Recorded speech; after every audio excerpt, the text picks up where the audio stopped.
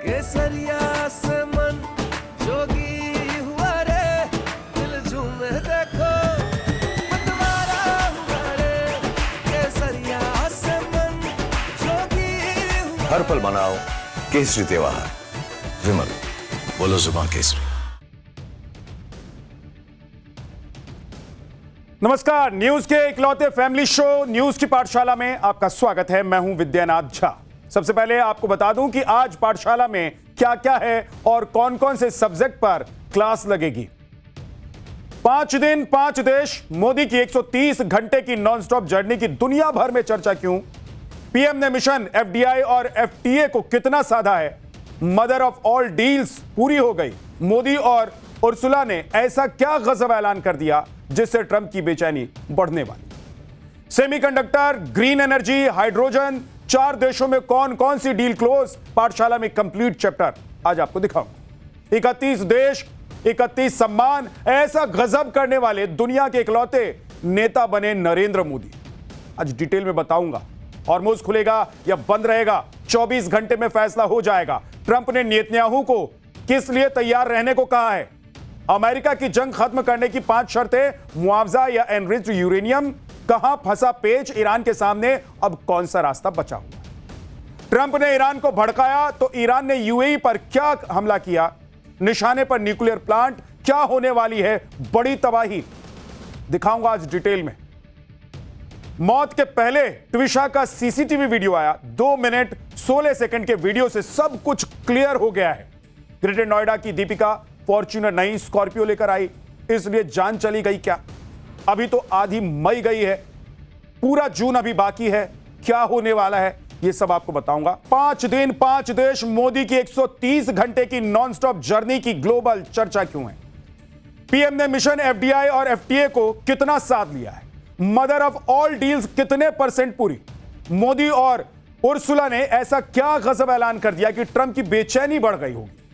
Semiconductor, green energy, hydrogen, 4 देशों में कौन कौन सी डील क्लोज हुई है? पाठशाला में कंप्लीट चैप्टर आज आपको दिखाने वाला। 31 देश, 31 सम्मान, ऐसा गजब करने वाले दुनिया के इकलौते नेता कैसे बने नरेंद्र मोदी?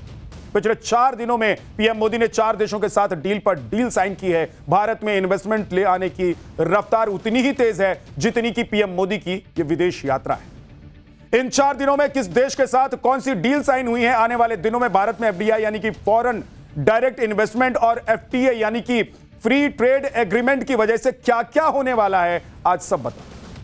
ट्रंप के टैरिफ का जवाब देने के लिए भारत ने यूरोपियन यूनियन के साथ जिस मदर ऑफ ऑल डील्स को साइन किया था, वो डील कब से लागू होने जा रही है, आज ये भी आपको बताने वाला। पीएम मोदी आज नॉर्वे में है। क्या नॉर्वे के सोवरेन फंड और को लेकर भारत को बड़ी डील हासिल हो सकती है? सॉवरेन फंड होता क्या है और इसमें इस फंड पर भारत की नजर क्यों है, यह भी आज आपको समझाने वाला हूं और बताने वाला हूं।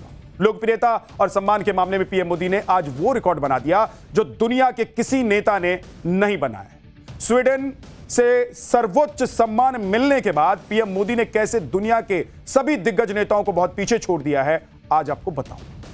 इधर पीएम मोदी यूरोप के दौरे पर हैं, उधर रक्षा मंत्री भी आज से 2 देशों के दौरे पर निकल गए। मतलब एक तरफ भारत की इन्वेस्टमेंट डील डिप्लोमेसी, तो दूसरी तरफ स्ट्रेटेजिक और हथियारों की डील में भारत क्या क्या करने वाला है, इसका भी चैप्टर खोलूंगा आज आपके साथ। लेकिन पहले ट्रेलर। पीएम मोदी 15 मई से 5 देशों के दौरे पर निकले हुए हैं और अब तक 4 दिनों में 4 देशों का दौरा कर चुके हैं। आज पीएम मोदी नॉर्वे पहुंचे हैं और कल वो इटली भी जाएंगे। इस दौरे पर पीएम मोदी ने भारत के लिए अब तक क्या क्या हासिल कर लिया है, आज इसके बारे में आपको बताऊंगा। लेकिन पहले देखिए कि इस बार मोदी के दौरे पर पूरी दुनिया की नजर है। पीएम मोदी इससे पहले भी 5-5 देशों के 3 दौरे कर चुके हैं। 2015 में, 2016 में और 2025 में पीएम मोदी इसी तरह एक साथ 5-5 देशों के दौरे पर निकल गए थे। लेकिन इस बार पीएम मोदी की 5 दिन में 5 देशों वाली विदेश यात्रा कई वजहों से काफी चर्चा में। अब देखिए कि पीएम मोदी 15 मई को यूएई पहुंचे और महज 4 घंटे के शॉर्ट स्टॉपेज में यूएई के साथ 7 समझौते कर डाले। $5 अरब का इन्वेस्टमेंट भी वहां से लिया।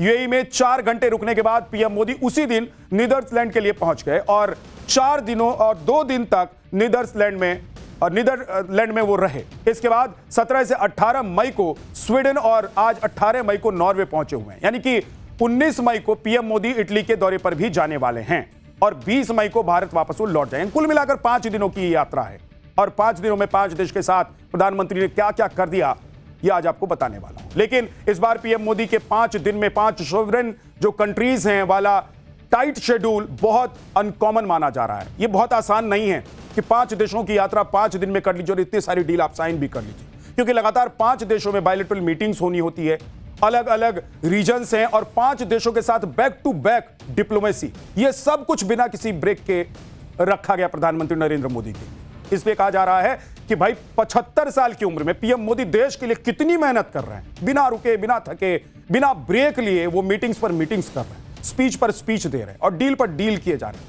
लोग पीएम मोदी की इस इच्छा शक्ति और देश के प्रति उनके डेडिकेशन को सैल्यूट कर रहे हैं। लोग कह रहे हैं कि क्या गजब का काम करते हैं, इस उम्र में इतनी एनर्जी और इतनी ताकत और इतनी दृढ़ निष्ठा के साथ प्रधानमंत्री नरेंद्र मोदी क्या कर रहे हैं देश के लिए। पीएम मोदी 20 मई की रात को जब नई दिल्ली में लैंड करेंगे तब तक वो करीब 17,000 किलोमीटर की यात्रा कर चुके हैं। इतनी दूरी पृथ्वी के कुल व्यास का आधा हिस्सा है। यानी कि आप इसे ऐसे भी देख लीजिए कि इन 5 दिनों में करीब 120 से 130 घंटे की नॉनस्टॉप यात्रा के बाद प्रधानमंत्री नरेंद्र मोदी जब दिल्ली में अपने सरकारी आवास पहुंचेंगे तब वो इस 130 घंटों में से करीब 25 घंटे सिर्फ फ्लाइट में ही बिता चुके होंगे। पीएम का यह विदेश दौरा इसलिए भी चर्चा में है क्योंकि अरब देशों में अभी भी तनाव बना हुआ है। यूएई पहुंचते ही पीएम मोदी ने वॉर जोन में पहला कदम रख दिया था और दुनिया भर में फैले ऊर्जा संकट के बीच पीएम मोदी भारत की मुश्किलों को कम करने के लिए बिना रुके, बिना थके मिशन पर जुटे हुए। इन 5 देशों के दौरे में पीएम मोदी ने अब तक क्या क्या हासिल किया है और भारत को क्या हासिल होने वाला है, यह आज आपको बता रहा हूं। लेकिन पहले जरा सोचिए कि पीएम मोदी को इतनी ऊर्जा मिलती कहां से है कि वो 75 साल की उम्र में भी नौजवानों को मात देने वाला स्टेमिना रखते हैं। तो इसके लिए आपको नॉर्वे से आई यह तस्वीर देखनी होगी। विदेश में जब भारतीय संस्कृति की डंका इस तरीके से बजती है और लोग वहां डंका बजा रहे होते हैं तब पीएम मोदी की ऊर्जा और उत्साह अपने आप बढ़ जाता है, दोगुना हो जाता है। इसे देखकर आपकी ऊर्जा बढ़ गई होगी। तो सोचिए जो सामने खड़ा होकर एक देश का प्रतिनिधित्व कर रहा है, ऐसे व्यक्ति की ऊर्जा कितनी गुना बढ़ जाती है। आज नॉर्वे में जब प्रधानमंत्री नरेंद्र मोदी एयरपोर्ट पर लैंड हुए तब वहां के बेरिट ड्यू म्यूजिक इंस्टीट्यूट की तरफ से ओम जय जगदीश हरे का संगीत प्रस्तुत किया, जिसे देखकर प्रधानमंत्री नरेंद्र मोदी मंत्रमुग्ध हो गए। तो यह सुनकर आप भी मंत्रमुग्ध हो गए होंगे, आपको भी मजा आया होगा, उत्साह से आप घर बैठे भर गए होंगे जब न्यूज की पाठशाला में आप ये देख रहे होंगे। और प्रधानमंत्री नरेंद्र मोदी की इच्छा शक्ति, उनकी ऊर्जा और काम करने की जो निष्ठा है उसके बारे में जरा सोचिए। जब उनके सामने ये प्रस्तुति होती है विदेश में, दूसरे मुल्क में, तो क्या गजब का सीन रहता है वहां। 15 मई से अब तक पीएम मोदी 4 देशों का दौरा कर चुके हैं। इन 4 देशों के साथ पीएम मोदी ने कई डील साइन किए। हर डील भारत की मौजूदा जरूरत और 2047 तक भारत को विकसित राष्ट्र बनाने के लक्ष्य को पूरा करने के मकसद से किया गया।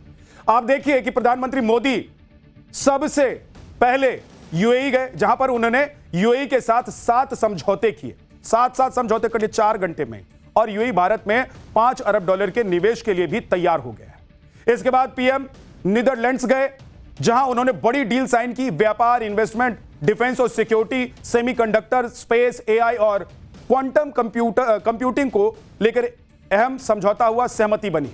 भारत और नीदरलैंड्स के बीच ग्रीन हाइड्रोजन को लेकर भी डील हुई। इसके अलावा नीदरलैंड्स और भारत डिफेंस सेक्टर के टेक्नोलॉजी ट्रांसफर पर बातचीत करने को राजी हो गए। इसमें सेमीकंडक्टर डील सबसे अहम है और ये क्यों अहम है ये आगे आपको बताने वाला हूं। लेकिन पहले देखिए कि नीदरलैंड्स के बाद प्रधानमंत्री नरेंद्र मोदी स्वीडन पहुंचे, जहां भारत और स्वीडन संयुक्त रूप से प्रौद्योगिकी और एआई पर मिलकर काम करने पर सहमत हुए। इसके अलावा भारत और स्वीडन के बीच अगले 5 साल में द्विपक्षीय व्यापार और निवेश को दोगुना करने पर भी सहमति बनी। स्वीडन के बाद पीएम मोदी नॉर्वे पहुंच गए, जहां उन्होंने एक नया रिकॉर्ड बना दिया। पिछले 43 वर्षों में किसी भी भारतीय प्रधानमंत्री का यह पहला नॉर्वे दौरा है और इस वक्त प्रधानमंत्री नरेंद्र मोदी का नॉर्वे दौरा इसलिए भी बेहद अहम माना जा रहा है क्योंकि नॉर्वे तेल और गैस का अकूत भंडार है।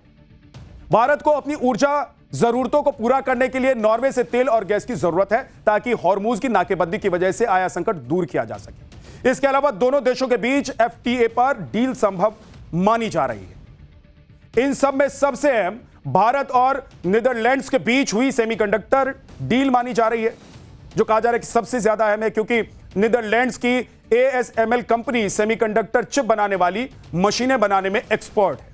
दुनिया भर में इसी कंपनी की 80% मशीनों से चिप बनाए जाते हैं। अमेरिका ने जिस तरह से नीदरलैंड्स पर दबाव डाला है कि वो चीन को सेमीकंडक्टर चिप बनाने वाली मशीन ना दे, उसके बाद नीदरलैंड्स को भी एक नया मार्केट और बाजार चाहिए था और उसकी ये तलाश भारत ने पूरी भी कर दी। सुनिए इस डील के बारे में पीएम मोदी ने आज क्या कहा। कुछ ही समय पहले ASML और टाटा के बीच MOU हुआ। अब ASML की इक्विपमेंट से भारत में सेमी कंडक्टर चिप बनेंगे। आज आप सभी की बातों में भारत के प्रति ऑप्टिमिज्म साफ दिखाई दे रहा है। इस ऑप्टिमिज्म को आउटकम में बदलना ये हमारी गारंटी है। आज जब मोदी स्वीडन में थे तब मदर ऑफ ऑल डील्स की चर्चा एक बार फिर से पूरी दुनिया में हो रही थी और इसी साल 27 जनवरी को यूरोपियन यूनियन के 27 देशों के साथ भारत ने यह FTA किया था। मदर ऑफ ऑल डील्स से भारत EU व्यापार की तस्वीर बदल जाएगी और इस डील के पूरा होने से 90% टैरिफ खत्म हो जाएगा। इसके तहत EU भारत से आने वाले 99.5% सामानों पर और भारत EU के 96.6% निर्यात पर टैरिफ घटाएगा। आज मदर ऑफ ऑल डील्स की स्टेटस रिपोर्ट खुद EU की अध्यक्ष उर्सुला ने दी। उन्होंने ऐलान किया कि EU और भारत ने वाकई अपने ऐतिहासिक व्यापार समझौते को सफलतापूर्वक पूरा करने में कामयाबी हासिल कर ली है। उन्होंने इस डील के लागू होने की टाइमलाइन भी बता दी और कहा है कि दिसंबर तक इसे लागू कर दिया जाएगा। एक बार सुनिए। We succeeded indeed in concluding our landmark trade agreement. We call it the mother of all deals. And just look at some of the figures. A shared market of over 2 billion people, that is close to 1/4 of global GDP. Over 90% of tariff cuts. Enormous opportunity to grow trade and investment. From here in Gothenburg, Scandinavia's largest trading port, to Mundra port in your home state in Gujarat. And in doing so, creating jobs and prosperity for our people. There is no time to lose in turning this opportunity in reality. And that's why we are committed to sign the agreement by the end of the year and making it fully operational at record speed. I'm also pleased to announce that we will mark this moment with a large-scale business event for European and Indian companies. And the aim is simple. We want to give business the information and guidance they need to start benefiting from the deal from day one on. Ursula के बाद प्रधानमंत्री नरेंद्र मोदी ने भी कहा कि mother of all deals की status report देखकर उन्हें खुशी हो रही है। उन्होंने कहा कि इससे इंडिया और EU FTA से इंडस्ट्रीज, इन्वेस्टमेंट और इनोवेटर्स जो हैं उनके लिए नए अवसर खुल जाएंगे। एक बार सुनिए। उर्सुला जी की उपस्थिति आज इस अवसर को और भी विशेष बनाती है। इस वर्ष जनवरी में उनकी भारत यात्रा के दौरान हमने भारत EU संबंधों को नई ऊंचाइयों पर ले जाने के लिए कई ऐतिहासिक निर्णय लिए थे। मुझे खुशी है कि उन सभी आउटकम्स पर प्रगति हो रही है। इंडिया EU FTA से इंडस्ट्रीज, इन्वेस्टर्स और इनोवेटर्स के लिए नए अवसर खुलेंगे। उर्सुला जी के शब्दों में कहूं तो यह मदर ऑफ ऑल डील्स है। आज पूरी दुनिया में मदर ऑफ ऑल डील्स की चर्चा हो रही थी कि पीएम मोदी स्वीडन से निकलकर नॉर्वे पहुंच गए, जिसके बाद एक और चर्चा जोर पकड़ने लग गई। चर्चा यह होने लगी कि भारत को नॉर्वे से बहुत बड़ा सोवरेन फंड मिल सकता है। अगर यह फंड भारत को मिला तो क्या क्या फायदे होंगे, ये आज आपको बताऊंगा। लेकिन पहले समझिए कि सॉवरेन फंड होता क्या है। इस फंड के मामले में नॉर्वे की तूती क्यों बोलती है। सॉवरेन फंड ऐसा सरकारी निवेश फंड होता है जिसमें किसी देश की सरकार अपना अतिरिक्त पैसा निवेश करती है। ये पैसा आमतौर पर तेल या गैस की कमाई से, विदेशी मुद्रा भंडार से, व्यापार सरप्लस से या फिर प्राकृतिक संसाधनों की कमाई से आता है। यह इतना सरप्लस पैसा होता है कि देश के खजाने में बस पड़ा रहता है। इसलिए नॉर्वे जैसे देश इसे दूसरे देशों में लगाते हैं ताकि पैसे से और पैसा बनाया जा सके। अब आप देखिए कि नॉर्वे की संपत्ति $2 ट्रिलियन से अधिक आंकी जाती है। इसलिए नॉर्वे के पास दुनिया का सबसे बड़ा सॉवरेन वेल्थ फंड भी है। इसे नॉर्वे ऑयल फंड भी कहते हैं क्योंकि यह पैसा नॉर्थ सी के तेल और गैस से कमाया हुआ है। 2026 के आसपास इसकी वैल्यू लगभग 1.7 से 1.9 ट्रिलियन डॉलर आंकी गई। यह रकम भारत के पूरे सालाना बजट से भी कई गुना बड़ा है और दुनिया की लगभग हर बड़ी कंपनी में नॉर्वे के सॉवरेन फंड का कुछ ना कुछ इन्वेस्टमेंट है ही। नॉर्वे से पहले जब पीएम मोदी स्वीडन में थे तब वहां प्रधानमंत्री ने एक नया रिकॉर्ड बना दिया। प्रधानमंत्री नरेंद्र मोदी को स्वीडन ने अपने प्रतिष्ठित royal order of the polar star commander grand cross से सम्मानित किया, जो सबसे बड़ा सम्मान होता है इस देश का। यह स्वीडन द्वारा किसी भी राष्ट्राध्यक्ष को दिया जाने वाला सर्वोच्च यानी कि सर्वश्रेष्ठ सम्मान होता है। इस सम्मान को जोड़ लें तो प्रधानमंत्री नरेंद्र मोदी को अब तक दुनिया भर से कुल 31 अंतर्राष्ट्रीय सम्मान मिल चुके हैं। इसलिए मोदी के पास आसपास कोई नेता नहीं ठहरता है दुनिया भर से सर्वोच्च और सर्वश्रेष्ठ सम्मान लेने के मामले में। पुतिन, बाइडेन और दुनिया के कई देशों के मौजूदा राष्ट्राध्यक्ष या फिर पूर्व राष्ट्राध्यक्षों में से कोई भी इस मामले में मोदी के आसपास भी नहीं टिकता है। सुनिए स्वीडन के सम्मान मिलने के बाद पीएम मोदी ने आज क्या कहा है। कुछ समय पहले मुझे स्वीडन के royal order of the polar star के सर्वोच्च सम्मान से सम्मानित किया गया। ये सिर्फ मेरा सम्मान नहीं है, यह 140 करोड़ भारतवासियों का सम्मान है। यह स्वीडन के हमारे उन सभी साथियों का भी सम्मान है जिन्होंने भारत स्वीडन संबंधों को समृद्ध किया, एक मजबूत आधार दिया। भारत और नीदरलैंड्स के बीच हुई डील दोनों देशों के बीच रिश्तों के नए पड़ाव की गवाह बनी है। नीदरलैंड्स भारत के सबसे महत्वपूर्ण पार्टनर में से एक माना जाता है और नीदरलैंड्स भारत के टॉप 5 इन्वेस्टर्स में से एक है। सुनिए खुद प्रधानमंत्री नरेंद्र मोदी ने नीदरलैंड्स के साथ डील होने के बाद क्या कहा है। हम नीदरलैंड को भारत के सबसे महत्वपूर्ण पार्टनर में से मानते हैं। नीदरलैंड भारत के टॉप 5 इन्वेस्टर्स में से एक है। हमें नीदरलैंड की एक्सपर्टीज और भारत की स्पीड और स्केल को हर क्षेत्र में जोड़ना चाहिए। इनोवेशन, इन्वेस्टमेंट, सस्टेनेबिलिटी और डिफेंस जैसे क्षेत्रों में सहयोग को नए आयामों तक पहुंचाना है। इसी साझा दृष्टि के साथ आज हम भारत नीदरलैंड संबंधों को स्ट्रेटेजिक पार्टनरशिप के स्तर पर ले जा रहे हैं।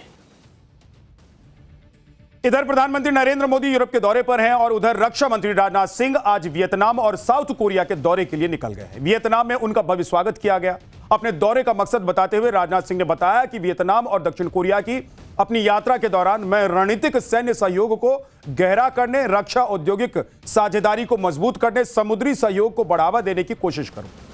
रक्षा मंत्री राजनाथ सिंह आज और कल वियतनाम में रहेंगे। इसके बाद वो कल ही साउथ कोरिया के लिए रवाना हो जाएंगे और 21 मई तक दक्षिण कोरिया में वो रहेंगे। पाठशाला में अगला चैप्टर जिसमें आपको बताएंगे हॉर्मुज़ खुलेगा या फिर बंद रहेगा। 24 घंटे में फैसला ये हो जाएगा। ट्रंप ने नेतन्याहू को दिया ऑर्डर, जंग पर बना लिया तगड़ा प्लान। क्या है वो प्लान? अमेरिका की जंग खत्म करने की 5 शर्तें, मुआवजा या एनरिच्ड यूरेनियम। कहां फंसा है पेच ईरान के सामने, अब कौन सा रास्ता बचा हो? ट्रंप ने ईरान को भड़काया है तो ईरान ने यूएई पर फिर हमला किया, निशाने पर न्यूक्लियर प्लांट। क्या आने वाली है बड़ी तबाही? संकट देश के बाहर हो या देश के अंदर हो, पीएम मोदी ने हर बार न सिर्फ डटकर उसका मुकाबला किया है बल्कि उसका तोड़ भी निकाल लेते हैं। अब युद्ध के बीच पीएम मोदी अपनी डिप्लोमेसी से इस संकट को, इस डील को पूरी तरीके से संकट को डील कर रहे हैं। वो इसको खत्म करने की कोशिश कर रहे हैं। तो दूसरी तरफ पूरी दुनिया की नजर इसी पर टिकी हुई है कि युद्ध कब खत्म हो जाएगा, हॉर्मुज स्ट्रेट कब खुलेगा। लेकिन आप देखिए कि ट्रंप और ईरान अभी भी युद्ध की ही बात कर रहे हैं। भाई दोनों हिलने के लिए तैयार नहीं है। युद्ध रुकवाने के लिए तो पाकिस्तान की दलाली भी काम नहीं आई, आपको पता ही है। अभी भी अमेरिका और ईरान अपनी अपनी शर्तों पर अड़े हुए हैं। आपको बता दें कि अमेरिका और ईरान के बीच डील क्यों नहीं हो पा रही है, वो कौन सी 5 डिमांड है जिसने ईरान ने मानने से इनकार कर दिया है। और दूसरी तरफ ट्रंप ने भी साफ कर दिया है कि अमेरिका की शर्तों पर ही डील फाइनल होगी। अभी अमेरिका हमला तो नहीं कर रहा है, लेकिन ट्रंप लगातार ईरान को उकसा जरूर रहे हैं। ट्रंप ने कह दिया है कि ईरान के पास वक्त बहुत कम है। ट्रंप ने कुछ ही घंटों में ईरान पर हमले की एनिमेटेड 20 फोटो भी पोस्ट कर दिए। उकसाने वाली सारी बातें जो ट्रंप लगातार करते रहते हैं। इधर एक्सपर्ट्स कह रहे हैं कि ट्रंप इतना बौखलाए हुए क्यों है भाई, कि कुछ भी कर सकते हैं और कुछ भी कर देते हैं। और जाहिर सी बात है कि इस वक्त ट्रंप की हालत यह है कि वो कुछ भी कर गुजरने को तैयार है। उधर अगले कुछ घंटों में ट्रंप हाई लेवल मीटिंग भी करने वाले हैं। अगले 24 घंटे में ऐसा क्या होने वाला है कि पूरी दुनिया पर इसका असर पड़ेगा, ये आपको बताऊं। इधर ईरान ने भी स्ट्रेट ऑफ हॉर्मुज का नक्शा बदलने का प्लान बना लिया है। जिस रास्ते के बंद होने से दुनिया में हाहाकार मचा हुआ है, वहां अब कौन सी नई मुसीबत खड़ी होने वाली है, यह आपको बताने वाला। अमेरिका भले ही हमला नहीं कर रहा हो, लेकिन ईरान ने एक बार फिर हमले कैसे शुरू कर दिए हैं। ईरान के हमले के बाद यूएई में कैसे हाहाकार मच गया, कैसे युद्ध का काउंटडाउन शुरू हो गया है, यह सब आज आपको बताने वाला हूं। लेकिन पहले एक ट्वीट। अपनी आदत के मुताबिक ट्रंप एक बार फिर से बौखला गए। दुनिया भर में युद्ध रुकवाने का दम बढ़ने वाले ट्रंप अभी तक ईरान पर विक्ट्री साइन नहीं बना पाए, लेकिन अब ट्रंप कुछ बड़ा करने वाले हैं, जिसका संकेत भी दे दिया गया है। डोनाल्ड ट्रंप ने ईरान को कड़ी चेतावनी देते हुए कहा है कि अगर उसने जल्द समझौता नहीं किया तो उसके पास कुछ भी नहीं बचे।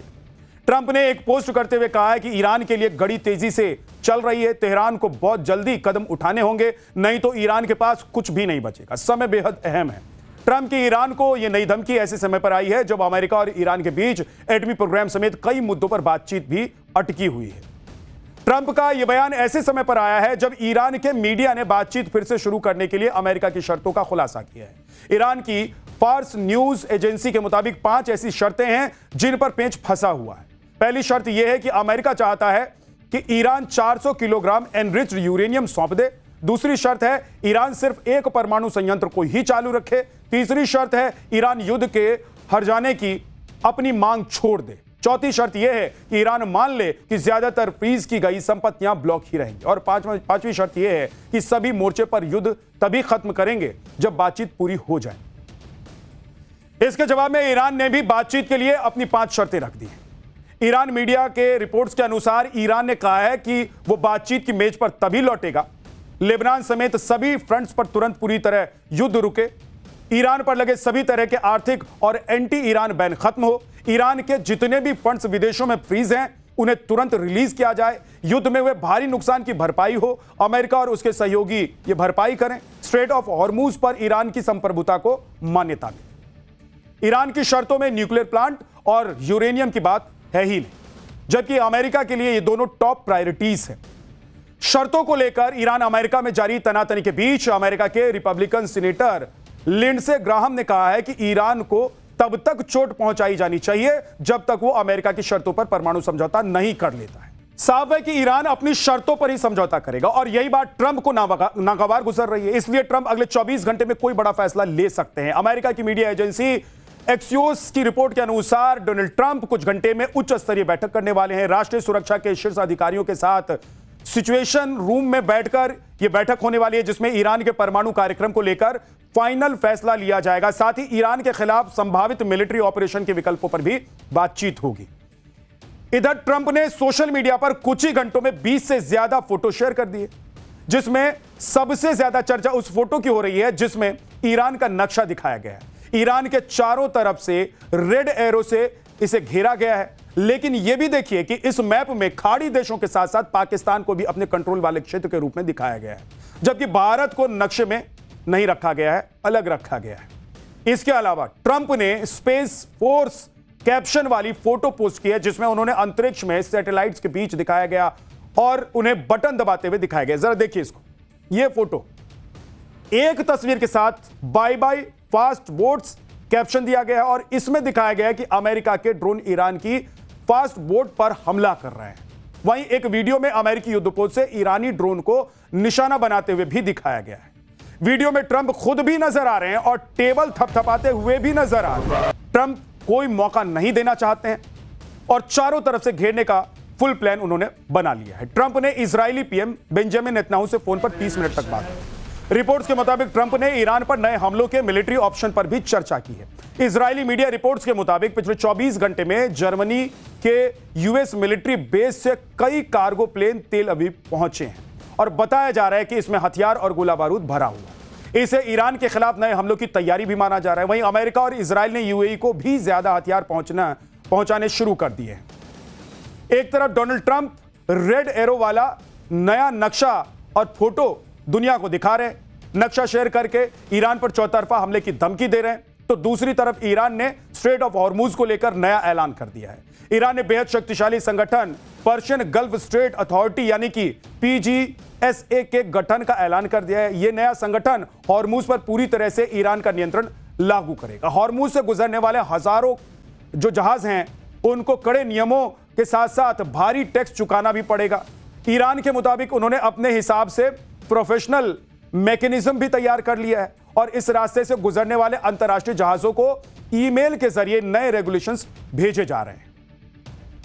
युद्ध के बीच ईरान की फुटबॉल टीम के वर्ल्ड कप खेलने पर भी असमंजस की स्थिति बनी हुई है, क्योंकि वर्ल्ड कप के लिए अभी भी यूएस वीजा नहीं मिला है। ईरान की फुटबॉल टीम आज तुर्की के लिए रवाना हुई, जहां वो एक फ्रेंडली मैच खेलेगी और 2026 वर्ल्ड कप के लिए यूएस जाने के लिए वीजा अप्लाई करेगी। तुर्की रवाना हुई ईरान की फुटबॉल टीम में 22 खिलाड़ी और उनका कोचिंग स्टाफ शामिल है। अमेरिका के अधिकारियों ने कहा है कि टूर्नामेंट में ईरान का स्वागत है, जबकि FIFA यानी कि फीफा ने कहा है कि टूर्नामेंट तय योजना के अनुसार ही आगे बढ़ेगा और ईरान के इस सुझाव को खारिज कर दिया गया है कि उनके मैच मैक्सिको या फिर कनाडा में करवाए जाएंगे। अगर ईरान की टीम अमेरिका में होने वाले वर्ल्ड कप में खेलने के लिए पहुंचती है तो पूरी दुनिया की नजर इस पर होगी, क्योंकि एक तरफ युद्ध चल रहा होगा और दूसरी तरफ खेल चल रहा होगा। वहीं ईरान ने यूएई पर हमले भी शुरू कर दिए हैं। इस बार ईरान ने यूएई के न्यूक्लियर पावर प्लांट को निशाना बनाया है। ड्रोन से यह हमला अबू धाबी के बरकाह न्यूक्लियर पावर प्लांट पर किया गया है। यह अरब वर्ल्ड का पहला और एकमात्र ऑपरेशनल एटमी एनर्जी प्लांट है। हमला इतना सटीक था कि प्लांट के ठीक बाहर लगे आउटर इलेक्ट्रिकल जनरेटर में भीषण आग लग गई। देखिए कितनी भयानक आग लगी है। यूएई ने इन हमलों को आतंकवादी हमला करार दिया है और यह दावा किया है कि हमले में कोई घायल नहीं हुआ है। हालांकि ईरान ने इस हमले में एक भारतीय की मौत होने की बात कही है, जबकि 2 भारतीय घायल हुए हैं, यह दावा किया गया है। ईरान के हमले और ट्रंप की धमकी के बाद अमेरिका से जापान तक भूचाल आ गया है। एक तरफ शेयर बाजार गिर गए हैं तो कच्चे तेल के दाम में भी आग लग गई है। ब्रेंट क्रूड फ्यूचर्स करीब 2% बढ़कर 110 प्रति बैरल हो गया है, जो 5 मई के बाद सबसे ऊंचे लेवल पर पहुंच गया और युद्ध शुरू होने के बाद 50% से भी ज्यादा हो गया है। दूसरी तरफ दुनिया भर के ज्यादातर शेयर बाजार गिर गए। जापान का निक्केई इंडेक्स करीब 600 अंक फिसला है। हांगकांग का हैंगसेंग इंडेक्स 385 अंक गिर गया है। ब्रिटेन का मार्केट FTSE 100 यह भी करीब 200 अंक नीचे गिर गया है और भारत में सेंसेक्स 1000 अंक नीचे गिर गया था। हालांकि अंत में सेंसेक्स 77 अंक बढ़कर बंद हुआ। पाठशाला में अब अगला चैप्टर। भोपाल की ट्विशा शर्मा की मौत का सबसे सनसनीखेज सीसीटीवी वीडियो आया। 2 मिनट 16 सेकंड के वीडियो से सब कुछ क्लियर हो गया है। ग्रेटर नोएडा की दीपिका फॉर्च्यूनर नई स्कॉर्पियो लेकर आई, क्या इसलिए जान गंवाई? 33 साल की ट्विशा शर्मा और 25 साल की दीपिका नागर, एक की शादी भोपाल में हुई और दूसरी की शादी हुई ग्रेटर नोएडा में। दोनों नई नवेली दुल्हने। ट्विशा की शादी को सिर्फ 5 महीने हुए थे और दीपिका की शादी को 14 महीने ही हुए थे। मां बाप ने दोनों की शादी बड़ी धूमधाम से की। बड़े रसूखदार संभ्रांत परिवार में बहू बनकर गई दोनों। एक बेटी से ससुराल वालों ने कहा कि शादी हमारे स्टैंडर्ड की नहीं हुई है और दूसरी बेटी से कहा गया कि स्कॉर्पियो दी, फॉर्च्यूनर क्यों नहीं दी गई, और दोनों की कहानी का अंत भी एक जैसा ही हुआ। भोपाल में ट्विशा शर्मा फंदे से लटकी हुई मिली और ग्रेटर नोएडा में दीपिका नागर कथित तौर पर छत से कूद गई और अपनी जान दी। ट्विशा और दीपिका की मौत ही नहीं, इन दोनों मामलों में दहेज, ससुराल वालों का रसूख और शरीर पर चोट के निशान, सब सवालों के घेरे में। सब कुछ लगभग एक जैसा ही है। दोनों के परिजनों को एक जैसा ही डर सता रहा है कि कहीं रसूख के आगे इंसाफ हार ना जाए दम न तोड़ दे। भोपाल में ट्विशा शर्मा एक रिटायर्ड जज की बहू और वकील की पत्नी थी। वहीं दीपिका नागर के ससुराल वालों का भी अच्छा खासा रसूख। अब जब दोनों मामलों में जांच हो रही है तो कई सारे सनसनीखेज खुलासे हो रहे हैं। दहेज, लालच, टॉर्चर, सुसाइड, साजिश, कई तरह की बातें सामने आ रही। ट्विशा की सास रिटायर्ड जज गिरीबाला सिंह जो हैं वो पहली बार कैमरे के सामने आई और उन्होंने अपनी बात कही और ट्विशा और उसके परिवार वालों पर भी उन्होंने आरोप लगा दिए। यानी कि हर बीतते दिन के साथ यह मामला लगातार उलझता जा रहा है। 6 दिन के बाद भी ट्विशा के परिवार ने शव लेने से इनकार करके रखा हुआ है। ट्विशा का परिवार इसे आत्महत्या नहीं हत्या करार दे रहा है, जबकि प्रशासन इसे आत्महत्या कह रहा है। ट्विशा की कथित आत्महत्या के समय का जो सीसीटीवी वीडियो सामने आया है एक, जिसमें समर्थ सिंह ट्विशा को सीपीआर देता हुआ दिखाई दे रहा है। इस वीडियो को शक की निगाह से देखा जा रहा है क्योंकि यह वीडियो जो दिखाई दे रहा है, इस वीडियो में जो कुछ दिखाई दे रहा है उसमें बहुत कुछ कहना अभी बहुत जो जांच एजेंसी है, पुलिस है, वो नहीं कह रही है। लेकिन क्या है यह पूरा मामला आगे आपको दिखाऊंगा। वहीं ट्विशा के पति समर्थ सिंह की अग्रिम जमानत याचिका खारिज हो गई, लेकिन वो अभी भी फरार चल रहा है। ट्विशा का परिवार पूर्व जज गिरीबाला सिंह की एंटीसिपेटरी बेल कैंसिल करने की मांग कर रहा है। ट्विशा की संदिग्ध मौत की इनसाइड स्टोरी क्या है, यह आपको बताने वाला। आखिर क्यों परिवार को भोपाल प्रशासन पर भरोसा नहीं है, क्यों परिवार को लगता है कि केस दबाने की साजिश हो रही है, और सबसे बड़ा सवाल कि ट्विशा की पूर्व जज सास सवालों के घेरे में क्यों है। पूरे केस की एक एक परत खोलकर तह तक जाने की कोशिश करें। ग्रेटर नोएडा की दीपिका नागर के परिवार वाले कह रहे हैं कि बेटी को मार मार कर छत से फेंक दिया गया, उसके ऊपर गोली चलाई गई, उसके ऊपर धारदार हथियार से हमला किया गया। अब पोस्टमार्टम रिपोर्ट आ गई है, उसमें क्या सामने आया है वो आगे आपको बताऊंगा। नोएडा की ट्विशा शर्मा की शादी भोपाल के रहने वाले समर्थ सिंह से 9 दिसंबर 2025 को हुई थी। दोनों की मुलाकात डेटिंग ऐप पर हुई थी। पहले दोस्ती हुई, फिर प्यार हुआ और उसके बाद परिवार की मंजूरी से दोनों की शादी। ट्विशा का पति समर्थ सिंह भोपाल का जाना माना क्रिमिनल डिफेंस लॉयर है और ट्विशा की मौत के बाद से वो फरार है। ट्विशा की सास गिरीबाला सिंह भोपाल कोर्ट की रिटायर्ड जज हैं और भोपाल उपभोक्ता फोरम की अध्यक्ष भी हैं। ट्विशा शर्मा का परिवार नोएडा में रहता है। वो मिस पुणे 2012 रह चुकी हैं। ट्विशा ने मॉडलिंग और एक्टिंग में भी हाथ आजमाया हुआ है, पर करियर ग्रोथ ना होने की वजह से उसने मैनेजमेंट की पढ़ाई की और फिर मार्केटिंग मैनेजर के तौर पर नौकरी भी। शादी के बाद वो नौकरी छोड़कर भोपाल शिफ्ट हो गई, लेकिन शादी के महज 5 महीने के बाद ही 12 मई को अपने ही घर में उसकी संदिग्ध मौत हो गई। बेटी की मौत के बाद ट्विशा का परिवार सीधे सीधे ससुराल पक्ष पर आरोप लगा रहा है। उनकी बेटी ने सुसाइड नहीं किया है, बल्कि उसकी हत्या की गई है, यह परिवार कह रहा है। दहेज के लिए उनकी बेटी को टॉर्चर किया गया। लंबे समय से बेटी को मानसिक तौर पर परेशान किया जा रहा था। उसके चरित्र पर सवाल उठाए जा रहे थे। ऐसी हालत कर दी गई थी कि उनकी बेटी को एंजाइटी और अटैक्स आने लग गए थे। पिता ने आरोप लगाया कि आगे के लिए उन्होंने अपनी बेटी को शेयर्स और इन्वेस्टमेंट के तौर पर जो 20 लाख रुपए दिए थे, समर्थ सिंह वो भी बेटी से हड़पना चाहता था। बेटी नोएडा की नौकरी छोड़कर भोपाल आई थी। वो भोपाल में कोई जॉब नहीं करती थी, इसलिए उसके पास पैसे नहीं थे। फिर भी उनकी बेटी को ससुराल वाले रहने खाने तक के पैसे नहीं देते और बेटी को यह पैसा नोएडा में अपने मां पिता यानी कि मां बाप से लेना पड़ता था। परिवार का यह भी आरोप है कि बेटी को इतना परेशान किया गया कि उनकी बेटी 1 महीने की प्रेग्नेंट होने के बाद उसने गर्भपात करा लिया, उसे गर्भपात कराना पड़ा। समर्थ सिंह और उसकी मां गिरीबाला सिंह ट्विशा के चरित्र पर सवाल उठाते थे, जिससे वो बेहद परेशान हुए और इसके बाद 12 मई की रात को ट्विशा की मौत हो गई। ट्विशा की मौत कैसे हुई, यह सुसाइड था या इसके पीछे कोई बड़ी साजिश थी, इसकी परतें खुलने अभी बाकी है। ये सवाल इसलिए उठ रहे हैं क्योंकि बहुत सी कड़ियां आपस में जुड़ नहीं रही। ट्विशा के परिवार ने बताया है कि मौत से चंद मिनट पहले ट्विशा ने अपनी मां से फोन पर बात की थी। उस आखिरी कॉल के कटने के महज 10 मिनट के भीतर ही उसकी मौत हो गई।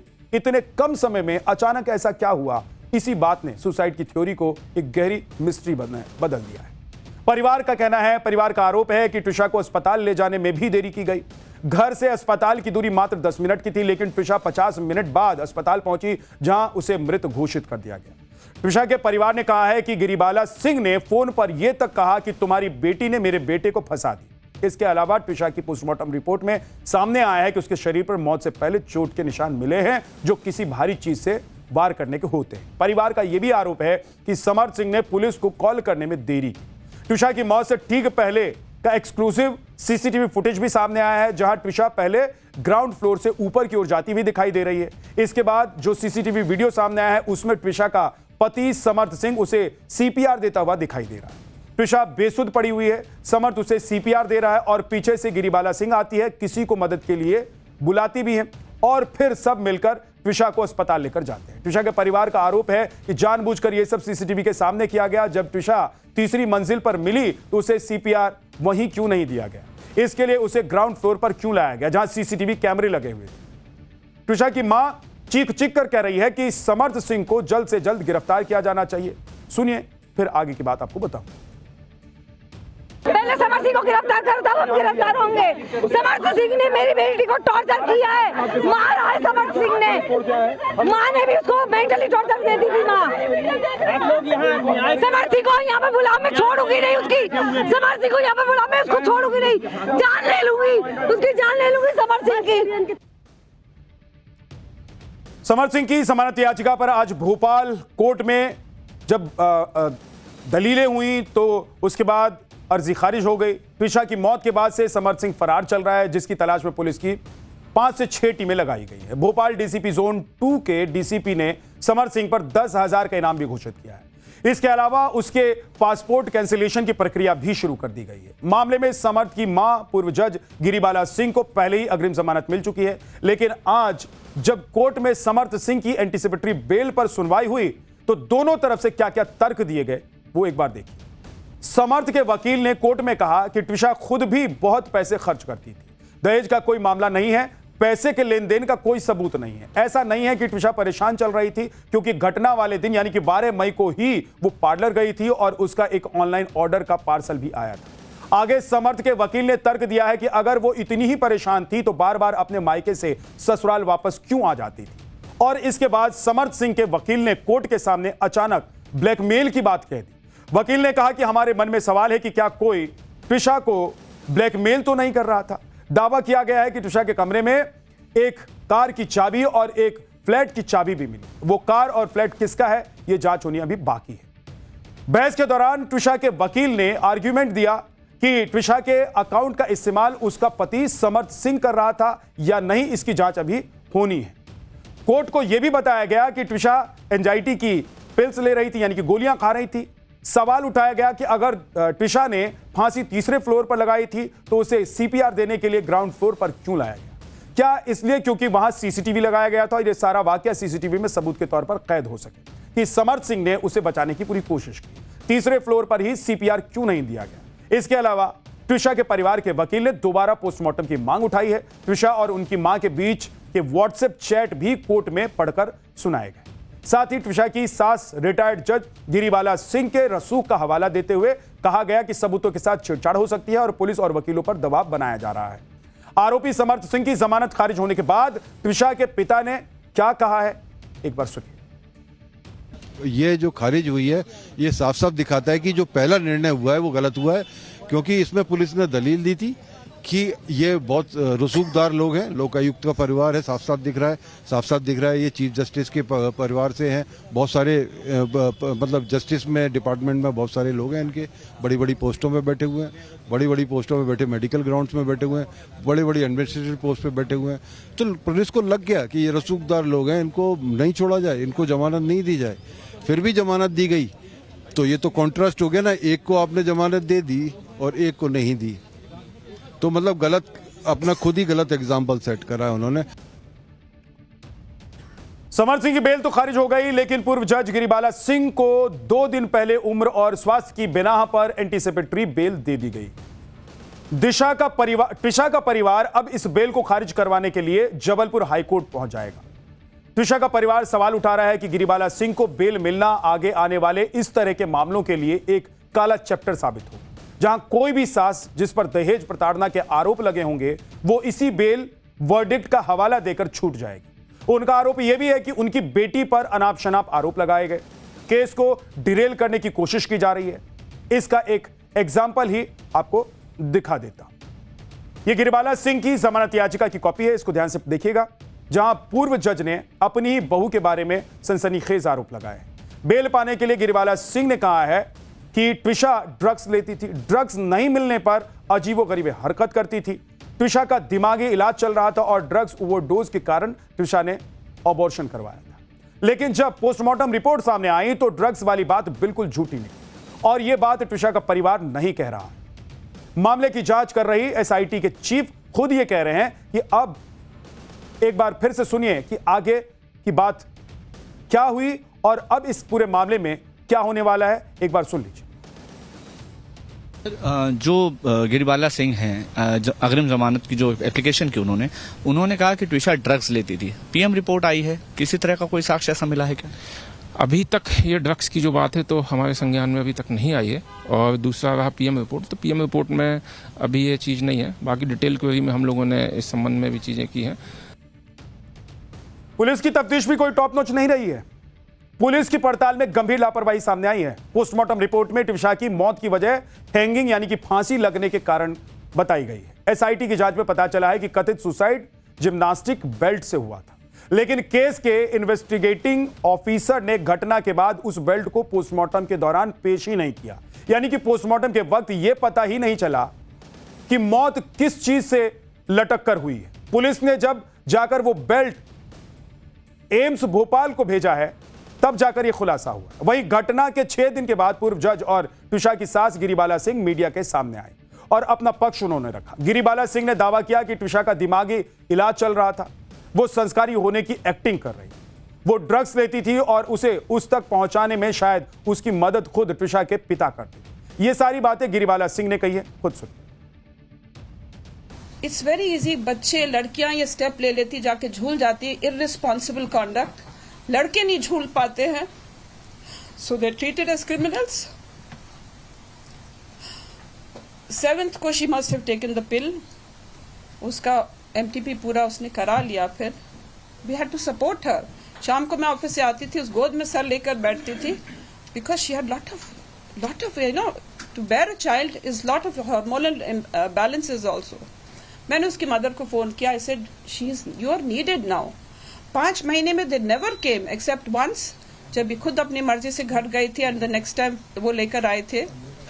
एंड उस बार आई टोल्ड हर लुक आपका होना, बिकॉज मैं 6-7 घंटे यहाँ नहीं रहती हूँ, समर्थ इज ऑल्सो आउट, कोई रहना चाहिए उसके साथ। हस्बैंड को जरूर उनके नहीं बुलाया। He has a very strange personality. Almost 20 years Kazakhstan और उज्बेकिस्तान में वो बोलते हैं फार्मास्यूटिकल इंडस्ट्री में रहे हैं। It's possible he may be the source also of so many things I can not से। और मैं किसी के कैरेक्टर को मैं लाइन नहीं कर सकती हूँ, बिकॉज देयर सम पॉइंट मेरे से उन्होंने स्पर्श किया है। But that man I didn't like him, so I said आप रेखा जी प्लीज आ जाइए, if you want I will book your ticket, आप आ जाइए, रहिए बेटी के साथ। नजीराबाद में कर क्या रहे, दोनों बच्चों की शादियां हो गई, stay here. She didn't come. और आज वही माता पिता उस बच्ची के देह को पंचतत्व में विलीन नहीं होने दे रहे। भोपाल की ट्विशा की तरह ही ग्रेटर नोएडा की दीपिका नागर की भी मौत हो गई है। परिवार का आरोप है कि दहेज के लालच में ससुराल वालों ने उसकी बेरहमी से हत्या कर दी, जबकि पुलिस की शुरुआती जांच में इसे छत से कूदकर आत्महत्या बताया जा रहा है। दीपिका की शादी 1.5 साल पहले ऋतिक के साथ बहुत ही धूमधाम से हुई थी। तस्वीर एक बार आप देखिए जरा कि कितनी धूमधाम से ये शादी की गई थी। परिवार ने शादी में भारी भरकम खर्च भी किया था। करीब 1 करोड़ रुपए खर्च किए गए थे। 50 लाख का सोना, स्कॉर्पियो गाड़ी और दूसरा सामान दिया गया था। लेकिन ससुराल पक्ष को यह काफी नहीं लग रहा था। शादी के कुछ महीनों के बाद ही वो फॉर्च्यूनर कार और 50 लाख रुपए की मांग करने लगे और इसी वजह से दीपिका को लगातार मानसिक और शारीरिक प्रताड़ना झेलनी पड़ रही है। परिवार का दावा है कि दीपिका कई बार फोन पर अपनी मां और परिजनों को प्रताड़ना की शिकायत कर चुकी थी और 17 मई की रात भी उसने मदद की मांग की थी। लेकिन कुछ घंटों बाद खबर आई कि वो छत से नीचे गिर गई। मायके वाले अस्पताल पहुंचे तो दीपिका की मौत हो चुकी थी। उनके मुताबिक शरीर पर कई चोटों के निशान थे, नाक कान से खून बह रहा था जो हत्या की ओर इशारा करते हैं। और आरोप है कि घटना के बाद ससुराल वाले दीपिका को अस्पताल छोड़कर फरार हो गए थे। अब इस मामले में दीपिका के पति ऋतिक और ससुर मनोज प्रधान को गिरफ्तार कर लिया गया और 14 दिनों की न्यायिक हिरासत में भेज दिया गया है। और अब अगला चैप्टर, पाठशाला में आग उगलते सूरज का चैप्टर आज आपके सामने खोलने वाला। अभी तो आधी मई निकली है, पूरा जून बाकी है। उत्तर भारत में भीषण गर्मी का कहर है, लेकिन अब खरीफ की फसल पर सबसे बुरा असर इसका पड़ रहा है। इस समय हालत यह है कि आसमान से आग बरस रही है। जैसे कोई खुला ओवन खोल दिया जाता है और उसके बाद जो उसकी धधक और उसकी जो तपिश होती है महसूस की जाती है, वैसे ही सड़क पर आप निकले तो आपको महसूस होता हो। खासतौर पर उत्तर भारत आग का गोला बन चुका है। घर से बाहर कदम रखना खतरे से खाली नहीं है। उत्तर भारत के कई हिस्सों में हीट वेव यानी कि लू चल रही है। मौसम विभाग ने भी यह कह दिया है कि घर में रहेंगे तो ज्यादा सुरक्षित रहेंगे। हीट वेव को देखते हुए मौसम विभाग ने कई इलाकों में रेड अलर्ट जारी कर दिया है। उत्तर भारत के ज्यादातर इलाकों में प्रचंड गर्मी पड़ रही है। राजस्थान के कई इलाकों में तापमान 47 डिग्री सेल्सियस से ज्यादा हो गया है। गर्मी से बचने के लिए लोग पहाड़ों की तरफ भाग रहे हैं, लेकिन वहां हिमाचल और उत्तराखंड में यात्रियों की भयंकर भीड़ है जो लोग वहां पहुंचे रहे हैं, मतलब पर्यटक हैं जो पहुंच रहे हैं। और इस सब के बीच मौसम विभाग ने कह दिया है कि अभी भीषण गर्मी की शुरुआत पर है। आने वाले दिनों में गर्मी और ज्यादा बढ़ने वाली है। यानी कि ये आग जो अभी आपको महसूस हो रही है, जो तपिश अभी आपको महसूस हो रही है, ये और ज्यादा हो सकती है। लोग भी कह रहे हैं कि इस बार तो गर्मी ने हद ही कर दी। घर के बाहर तो छोड़िए, घर के अंदर भी लोग उबल रहे हैं। पंखे कूलर तो सरेंडर कर चुके हैं। एसी के भी हाथ पांव फूलते हुए नजर आ रहे हैं। और इस सब के बीच सबसे बड़ा खतरा खरीफ की फसल पर मंडरा रहा है, क्योंकि देश में बारिश को लेकर एक डराने वाला अपडेट आया है। उत्तर भारत में इस वक्त गर्मी ने क्या हाल कर दिया है वो देख लीजिए। मौसम विभाग ने दिल्ली, एनसीआर सहित राजस्थान, पंजाब, हरियाणा, उत्तर प्रदेश और मध्य प्रदेश में अगले 5 दिनों के लिए हीट वेव यानी कि लू का रेड अलर्ट जारी कर दिया है। आज से उत्तर भारत में हीट वेव का नया स्पेल शुरू हो रहा है। दिल्ली में अधिकतम तापमान 43 से 45 डिग्री सेल्सियस के बीच पहुंचने की अनुमान जारी किया गया है। कई जगहों पर तापमान 45 डिग्री पार कर सकता है। और इस साल पिछले साल से 3 गुना ज्यादा हीट वेव देश के अलग अलग राज्यों में चल रही है। अगले 7 दिनों तक भीषण गर्मी का मौसम रहने वाला है। कई इलाकों में तापमान 47 डिग्री सेल्सियस से ऊपर जा सकता है। राजस्थान के कई इलाकों में तापमान 49 डिग्री को पार कर सकता है। इस भीषण गर्मी में सबसे ज्यादा खतरा उन लोगों को है जो सीधे सूर्य के संपर्क में।